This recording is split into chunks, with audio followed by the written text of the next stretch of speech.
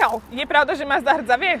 Je pravda, že Mazda do 2005 roku nepoužívala takmer žiadnu antikoroznú ochranu, ale od 2005 roku ju začali vyvíjať a už v 2017 roku dosiahli rovnakú antikoroznú ochranu, ako majú aj ostatné značky. A je diesel u Mazdy spoľahlivý?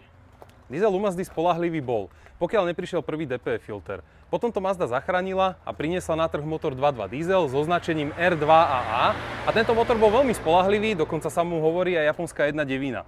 Avšak, keď došla na radu Skyactiv rada s dieselovým motorom, tak tá je neslavne známa svojou nespoľahlivosťou. No dobré, a čo náhradné diely? Sú u Mazdy naozaj také drahé? Mýtus 2000 rokov.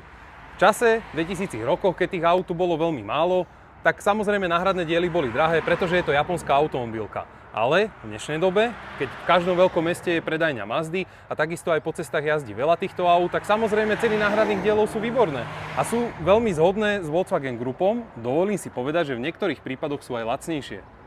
OK, dobre, zaujímavé informácie. Ďakujem ti veľmi pekne za objasnenie. Nemáš zač? Čau. Ahoj, čau.